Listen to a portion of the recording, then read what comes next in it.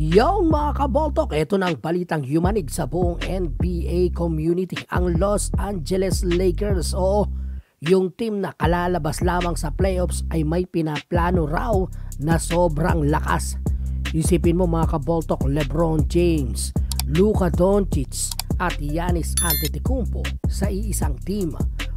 Si Giannis, ayon sa mga ulat, tinitingnan ng Lakers front office ang posibilidad na makuha si Giannis mula sa Milwaukee.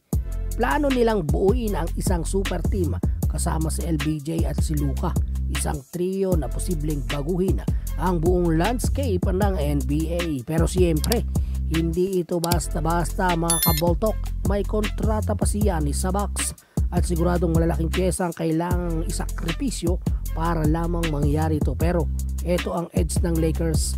Meron silang market, legacy at spotlight na gustong-gusto ng mga superstar. Si LeBron, malapit na ang dulo ng kanyang karera pero hindi pa tapos. Si Luka, paangat pa lamang yan. Si Giannis, nasa peak ng kanyang prime. Pagsamahin mo ang tatlong yan at hindi lang panlaban ang mabubuo mo, kakabahan ang buong liga.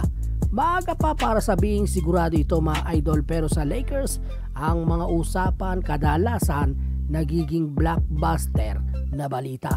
Yon mga idol, anong masasabi mo sa video natin for today? Mag-comment ka na lamang sa ibaba at huwag mo kalilimutang mag-subscribe kung bago ka pa lamang. Bisitahin mo din ang ating Facebook page. Basketball talk, ipapakita ang mga laro, mga tunay na pambato sa court. Dito ay pabilis, hindi ka pwede pa-short. Papakita ang pagbakat sa loob ng court. Pagalingan ang dating, bawat puto sa ring. Basketball ang labanan at wala kang kasing. Basta basketball ang usapan na kaya ng tingin. Dito lang yan sa basketball talk. Basketball talk, puso sa puso, laban ang pagalingan dito. Pabilisan at diskarte, yan ang